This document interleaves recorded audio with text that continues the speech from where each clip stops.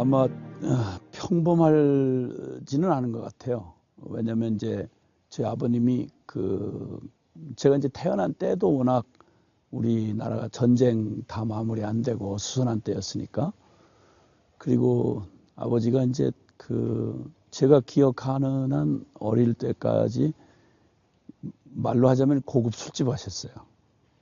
그래서 제게 익숙한 장면은 이제 좀 지체가 높은 분들이 그 술집에 오고, 그리고 또 거기 옛날에 기생이라고 하는 그런 누나들이 거기 여럿이 있고, 이런 분위기를 이제 들락날락 하다 보니까 그때는 잘 몰랐는데 지금 생각하니까 굉장히 좀 특별한 과정이었던 것 같아요. 그러니까 아버지의 삶이 이렇게 정상적인 이런 삶이라기보다는 그저 술에 또 뭐 그런 또 뭐 여자에 또 뭐 이런 또 뭐 노름에 또 뭐 이런 거에 익숙하다 보니까 나는 그게 그냥 자연스럽게 다 그런 줄 알았는데, 알고 봤더니 저희가 조금 특별했던 것 같아요. 그러다 보니까 아버지의 저에 대한 저희 가정의 이미지는, 아버지가 이제 집에 들어오실 때 이렇게 멀쩡한 모습으로 들어오신 날은 잘 기억이 안 나고, 잔뜩 술에 취해서 들어오시거나 또 아니면 막 무언가 밖에서 이제 다른 건 다 이제 에너지는 쏟고 집에 들어오면 짜증만 잔뜩 가지고 오셔서 가족들에게 이제 밤새도록 술 주정을 이렇게 하셔서 가족들을 공포로 이렇게 늘 아버지가 두려운 아버지. 저희 가족들의 이제 어린 마음에도 저 아버지 언제 돌아가시나, 이게 이제 저의 소원일 만큼 그렇게 좀 그런 배경에서 이제 자랐어요. 그런데 뭐 물질적으로는 이제 부족함이 없으니까 그 당시로는 꽤 그래도 잘 사는 이런 시절을 보낸 걸로 제가 기억이 나고, 그러다가 중학교 제가 2학년 때로 기억나는 그때에 아버지가 거의 뭐 참 실패자의 모습으로 돌아가시면서 저희 가족을 정말 이제 뒷골목에다가, 말하자면 뭐 표현하기는 좀 그런데 하여튼 정상적인 삶이 될 수 없는 곳으로 저희 가족들을 남겨놓으시고 비명횡사하듯이 돌아가셨죠. 이게 이제 저의 그런 어린 시절에 아주 중요한 그러한 그 과정을 만들어주는 계기가 된 것 같아요. 아버지가 돌아가시고 나니까 자유가 올 줄 알았는데 그만 담이 확 없어진 거나 마찬가지로 그냥 삶의 모든 영역에서 아버지 없는 이제 삶이 확 다가온 거예요. 그리고는 참 가장 어둡고 또 참 뭐 정상적인 사람들이 생각할 수 없는 그런 어두운 뒷골목, 이제 이게 내던져진 상황이었죠. 이제 뭐 내 집도 하나 없이, 그리고 또 무엇을 해야 될 아무런 그 근거도 없이 그냥 뭐 정말 정상적인 인간적인 삶을 다 포기한 분들이 사는 속에 던져지고 나니까 뭐 다른 거야 뭐 그 시대의 사람들이 다 뭐 춥고 배고프고 어려움 당하고 뭐 질병에 시달리고 이런 일이야 뭐 다 누구나 일상 겪을 수 있는 일인데, 지금 돌이켜 볼 때 제 삶에 제일 어둡고 좀 추웠던 그런 추억이라고 그러면, 그때가 가장 민감한 청소년기였잖아요. 그런데 제가 가지나 이제 수치심이 많은 그런 사람이었고 좀 내성적이었던 그 성향이었는데, 무언가를 이렇게 부끄러운 얘기를 듣는다거나 또 아니면 내가 뭐 정말 보지 못할 장면을 봐야 된다거나 이러면 죽는 것 같이 어려웠어요. 그게 수치심이 막 이렇게 밀려오고 차라리 눈을 징긋 감아버리고, 그런데 이게 삶 자체가 다 그 속에 들어가 앉아 있으니까, 그러니 매일 뭐 음란, 폭력, 또 뭐 술, 그리고 참 어떻게 형연할 수 없는 그런 상황 속에 휘말린 삶을 사니까 그때는 정말 살았으나 살았다는 느낌이 들지 않는 그런 때였어요. 근데 하필 그때 정말 그 윤동주의 서시를 제 마음 안에 그 서시를 붙들고 이상하게 이제 슬픈, 그러니까 죽는 날까지 하늘 우러러 한 점 붓고는 없기를, 잎새이는 바람 소리에도 나는 괴로워야만 했다. 별을 노래하는 마음으로 내게 주어진 길을 걸어가야 되겠다. 오늘 밤에도 별이 바람에 스치운다. 무언가 짓밟히고 끝나고 싶지 않는, 이렇게는 끝날 수 없는 나의 삶에 대한 갈망이 있었던 것 같아요. 왜 하필 그런 또 소망이 생겨서 그런 이제 이루어질 수 없는 그런 삶 가운데 점점 이제 제 영혼이 이렇게 참 침잠돼가는 그런 느낌으로 이렇게 진행하다가 급기야는 이제 제가 자학증에 제가 시달리는 그런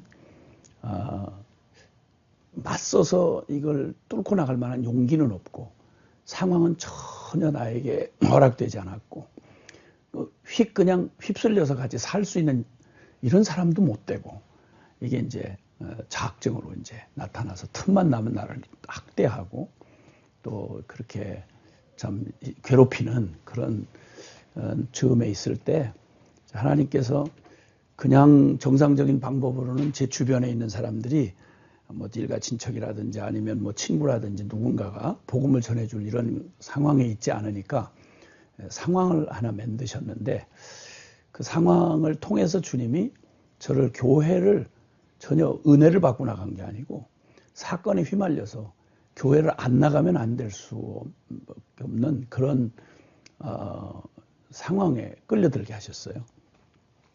뭐 그 얘기는 너무 길어서 다 얘기를 할 수 없는데 저를 교회로 인도하게 된 계기를 가진 분인 이제 그 희망 없던 때 그래도 가장 사람으로는 처음으로 그 사람을 마음으로 정말 이렇게 존경하고 정말 이렇게 따라가고 싶었던, 그래서 그 사람이 나를 뭐 지금 생각하니 저 어린 나를 그냥 그저 심부름꾼 정도로 생각했는데 나는 대단한 의미를 부여하고 그 사람을 이렇게 막 따라서 이렇게 심부름하다가 그러던 중에 그 상황이 어려워서 그분 사업이 망하고 그분은 구속이 되고 그 심부름하던 나는 또 쫓기는 형편이 되고 그런 상황에 이제 그분은 이제 뭐 참 안 됐지만 자살로 생애를 마치고 저는 덜렁 이제 떨어져 남게 된 거죠.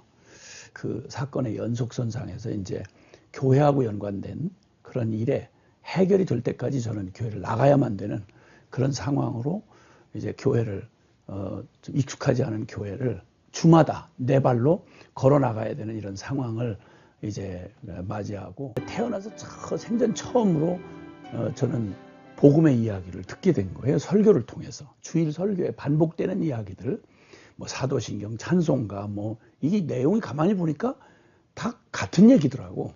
하나님이 세상을 이처럼 사랑하사 독생자를 주셨으니 이는 저를 믿는 자마다 멸망치 않고 영생을 얻게 하려 하심이라. 하나님이라는 개념도 처음 들어봤고, 그리고 그분이 사랑을 하는 내가 영원히 이제 형벌받을 죄인이고, 근데 그걸 구원하시려고 하나밖에 없는 아들을 십자가에 내 대신 죽여서 그분을 믿기만 하면 용서받고 구원받는다. 이 얘기를 여러 차례 가서 듣다 보니까 그 스토리라는 걸 알겠는 거예요. 이게 뭐 말도 안 되는 얘기인데, 근데 설명할 수 없이 저의 그 마음 안에 그런 숨겨져 있던 그 목마름, 갈망을 하나님 미리 준비해 놓으셨던지 이게 어느 날인가 갑자기 그 주제가 내 삶에 의미 있게 다가오는 거예요. 그러니까 그 하나님이 나에게 개인적인 의미로 내가 널 사랑한다, 이런 의미로 내 안에 이 말씀이 깨달아지는 거예요. 그 당시로. 그리고 너는 그렇게 망한 그런 술집 아들로 불행하게 태어난 게 아니고 내가 너를 위해서라면 십자가에 대신 내 생명을 내어줄 만큼 너는 소중한 자다. 이 사실이 개인적인 의미로 다가오니까 이때 이제 저의 회심이라고 말할 수 있는 그런 주님과의 만남이 그때 이루어졌죠. 그 말씀이, 그 복음의 진리가 내 안에 나의 말로 이게 들려오는 순간에 그 충격을 어떻게 말로 다 할 수가 없는 그런 충격을 받게 됐죠. 그때 내 생애 처음으로 그 하나님을, 나를 사랑하신 그 하나님을 나의 주님이라고 고백하게 되고 그 예수님을 영접하고 받아들이는 그런 이제 계기를 제가 갖게 된 것이 저의 생애 그 이전과 이후를 꼭 BC와 AD로 나누듯이 그렇게 바꿔놓으셨어요.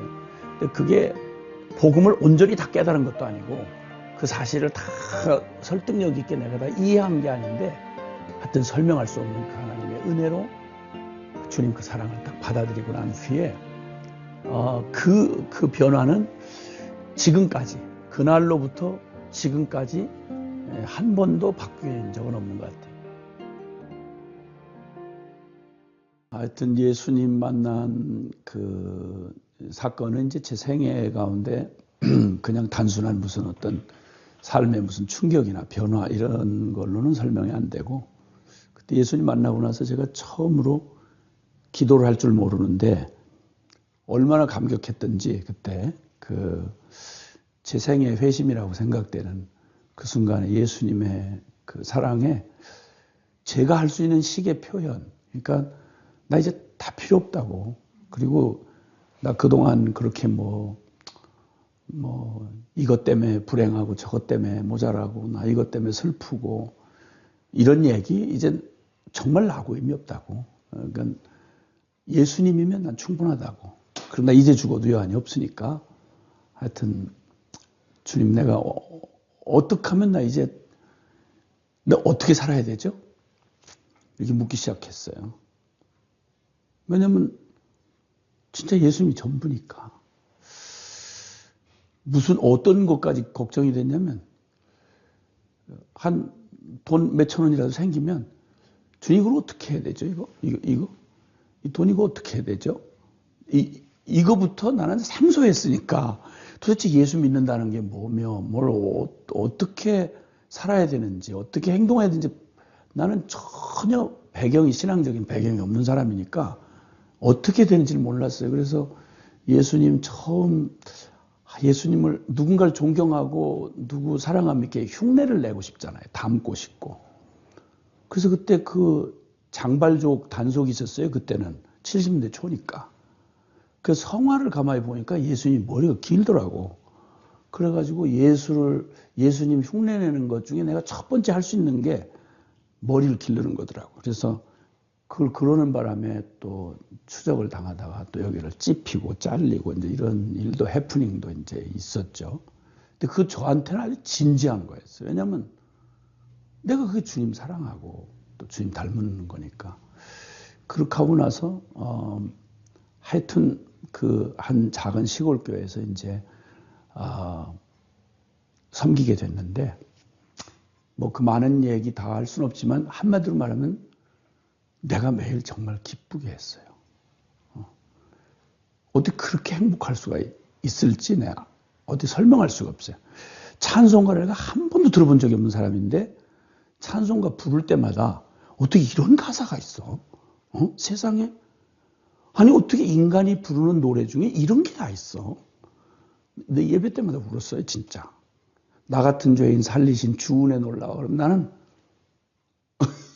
지금도 감동이 되네.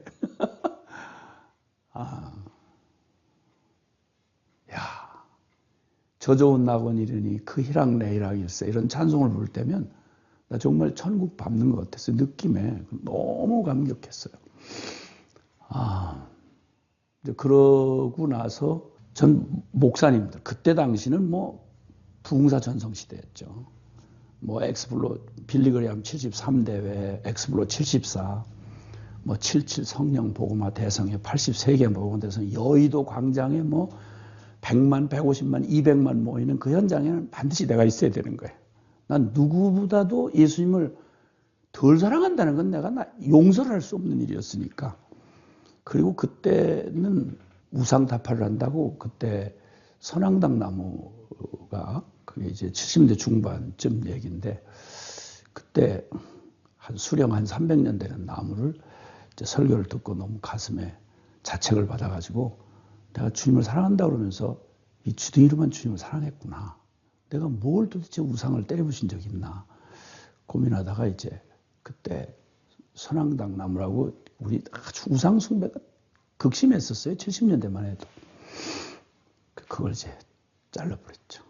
그래서 이제 구속이 돼서 이제 조금 해프닝을 벌린 바람에 거의 목사님 돌아가실 뻔하고 교회는 아주 거의 쪼개질 뻔하는 위기를 한번 겪은 적이 있긴 있었어요. 아주 굉장히 죄송한 마음이 있죠. 네. 그래도 행복했어요. 왜냐하면 내가 주님을 위해서 무언가 할 수 있다는 게 얼마나 감사한지. 그러다가 이제 신앙에 한 내적인 위기가 찾아오기 시작했어요.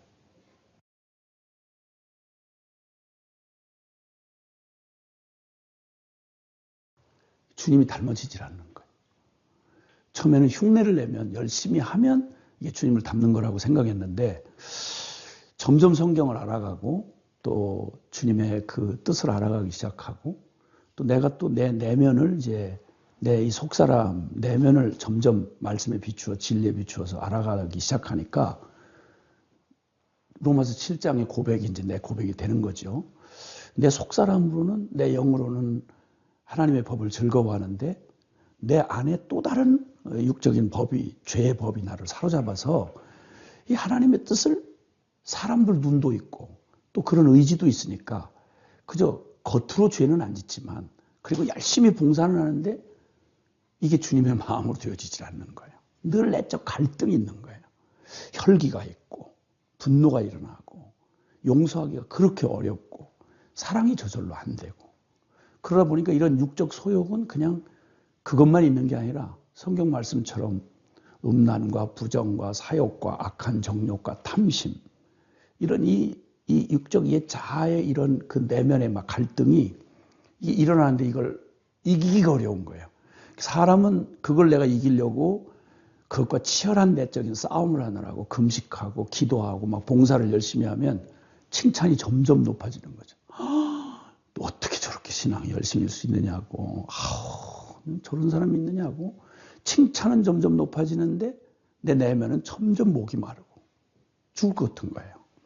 바뀌질 않으니까. 은혜를 받고 기도원 쫓아다니고 막 말씀 붙들고 이런데 남이 모르는 내 신앙에 그렇게 기쁨이 매일 기뻤던 제 신앙 안에 이게 슬픔이 찾아들기 시작한 거예요. 이게 내 주님을 기쁘시게 할 수 없다는 좌절감. 어떻게 이거 해결할 수 있지? 뭐가 잘못이지? 생각나는 대로 회개도 해보고 또 뭐 여러 가지 해보지만 안 되고 이분 저분 찾아가 상담해봐도 제 얘기 들으면 벌써 그건 너무 과잉충성이야. 사람이 어떻게 육신을 입고 살면서 말씀대로 살 수 있어? 자네 그렇게 하면 그 영적 교만이야. 심하면 그 귀신 들려? 사람이 겸손해야 돼. 사람은 어쩔 수 없는 거야. 이렇게 올라갔다 쳐박았다 올라갔다 쳐박았다 그러는 거야. 나중에 죽어서 다 영화롭게 되는 거지. 어떻게 말씀대로 이렇게 꼭 살 수 있나? 이게 이제 저한테 대부분 권면을 해주신 분들의 표현만 다르지 내용이 비슷한 거예요. 근데 이게 나한테 위로가 되느냐? 될 수가 없는 거예요. 성경을 보면 아니고, 아니 기도하려고 주님 앞에 엎드리면 또 아니고, 이 갈망을 어떻게 해결해야 될지, 내 신앙에 뭐가 문제인지를 난 몰랐어요. 그 목마름의 끝에서 저의 그 목마름이 극에 달했을 때 도저히 이래서는 안 되겠다. 주님 나 빨리 천국에 들어가시달라고.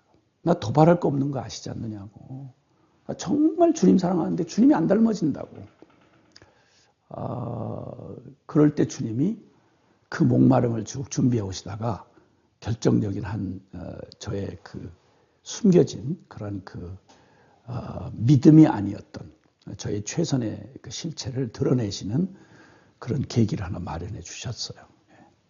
그게 이제 말로 하자면 이제 사명자로 저를 부르시는 일이었는데 저는 꿈에도 제가 사명자가 된다거나 또 혹은 뭐 지금의 저의 모습 이렇게 복음 전도자로 전임 사역으로 이렇게 하나님 앞에 온전히 이렇게 성직자로 이렇게 부름을 받는 얘기는 꿈도 꿔보지 못한 일이었어요. 왜냐하면 나는 해당 사항이 아니니까. 나는 평신도고 그리고 내가 꿈꾸는 건 대한민국에서 제일 칭찬받는 장로 되는 거. 그게 최고의 꿈이었고 또 제가 제 처지를 잘 아니까 나는 그런 생각하는 자체가 그건 망발이고 하나님 앞에 분수에 넘는 생각이다. 나는 겸손한 생각으로라도 주님이 혹시 시킨데도 내가 황공하오나 이렇게 그건 아닙니다. 이렇게 반려를 하겠다는 마음을 가진 게 저는 바른 생각이라고 생각을 해왔던 사람이었죠. 근데 순전히 겸손한 것만은 아니었다는 게 나중에 밝혀진 건데, 솔직한 말로 제가 목사님의 삶을 너무 옆에서 가까이 지켜보니까 겁났던 거지. 그러니까 순교보다 더 어려운 게 저 산 순교자가 저 목회자구나. 옆에서 보니까 제일 외롭고, 그때만 해도 얼마나 또 목회자들이 어려웠어요. 또 그걸 또 다 하늘만 쳐다보고 살아야 되는 이런 막막한, 이런 대책 없는 삶. 이게 도대체 생각만 해도 슬퍼지는 거고, 이거는 이거는 난 그럴 능력이 없다. 이렇게 생각을 했던 거죠. 그게 그러니까 제가 30 넘자마자, 그러니까 제가 20대 초반에 예수님을 만나서 이제 10년 만에 제가 그 주님의 직접적인 콜링을 받고, 그것을 순종을 못해서 한 1년 정도를 말하자면 주님 앞에 아주 깊이 다룸을 받았죠. 그때 당시 사업을 한다고 하다가 갑자기 부름받아가지고 들어앉아가지고 그냥 하나님 앞에 주의 종으로 부름받았다고 앉아서 가족들하고 예배만 드리고 앉아있는데, 누가 먹여줄 게 아니잖아요. 재산을 모아놓은 것도 아니고. 이런 건전한 신앙이라고 그때 당시 배웠던 신앙은 뭐냐면, 사람들한테 이렇게 이거 하나님 일하는데 이게 다 돈 없이 이게 할 수 있습니까? 그래 십시일반으로 좀 헌금 좀 해주시고, 그럼 하나님이 하신 줄 알겠습니다. 이런 거 말고, 이런 상식 통박이 개입할 수 있는 거 말고, 하나님 한 분만 쳐다보고 정말 주님 앞에 기도하고 사람에게 알리지 않고 하나님만 쳐다보고 너 순종할 수 있겠냐. 이게 한 달 가고 2달 가고 석 달이 가는데 죽는 것보다 더 어렵더라고 진짜. 그 과정을 겪는 과정 중에 저에게 한 가지 하신 일은 제 마음에 사형 선고를 받는 일이었어요. 아무것도 할 수 없는, 새끼손가락 하나도 내 힘으로는 내 손가락 하나도 들 수 없다고 하는 처절한 자기 절망, 이것 없이 복음이 실제가 되는 일은 거짓말이에요. 그걸 속았던 거죠. 내 죄를 용서해 주셨으니까 이제는 내가 주님을 위해서 살아야지. 이걸 주님이 10년 동안 지켜보시고 저의 사망 선고가 내려질 때까지 기다리신 거예요.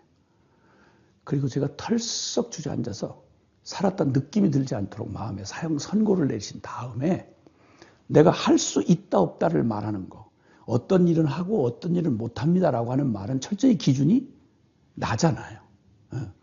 요건 보니까 내가 할 수 있을 만한 일이고, 아무리 하나님 일이지만, 그러나 이거는 하나님이 도와주신데도 이건 불가능합니다. 이 생각 자체가 철저히 제 중심이라는 걸, 이걸 깨닫는데 그렇게 오래 걸렸어요. 나중에 주님이 그 마지막 연단을 끝내실 무렵에 제게 응답으로 주신 게 바로 뭐냐면, 이 새끼손가락 하나도 자기 힘으로 들 수 없다고 하는 전적인 자기 포기는 하나님의 절대 은총을 가져옵니다. 전적인 자기 포기는 하나님의 절대 은총을 가져옵니다. 이 응답이었어요. 그러고 나니까 이제는 할 수 있다 없다 하는 말하는 이 자체가 이게 얼마나 악인지를 깨닫게 하신 거예요. 내가 할 수 있는 일은 뭐며 없는 일은 뭐겠어요. 새끼손가락 하나도 못 드는데, 그러면 아프리카 전체를 다 맡기면 못할 게 뭐 있어. 주님이 한다는데, 내가 하는 게 아니고 주님이 하신다는데, 나를 통해서. 그때 10년 신앙생활에 가장 최고의 하나님이 기뻐하시는 최고의 선물을 드렸는데, 그게 뭐냐면 그때 아멘한 거예요. 주님 사인만 하십시오. 그럼 내가 할 수 있다 없다는, 내가 더 이상 말할 수 있는 존재가 아닙니다. 오자 오케이자입니다. 오케이, 그런 말이죠.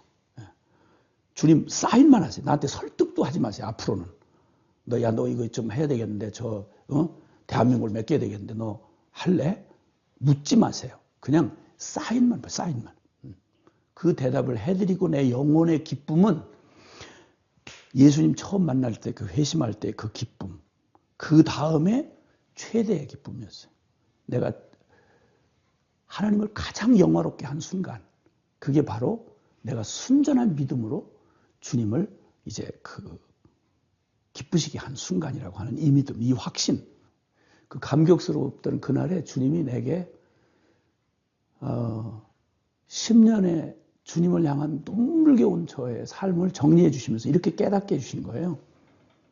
야, 사랑하는 아들아, 네가 10년 동안 나를 위해서 눈물겹게 너의 최선으로 살아준 건 이해한다.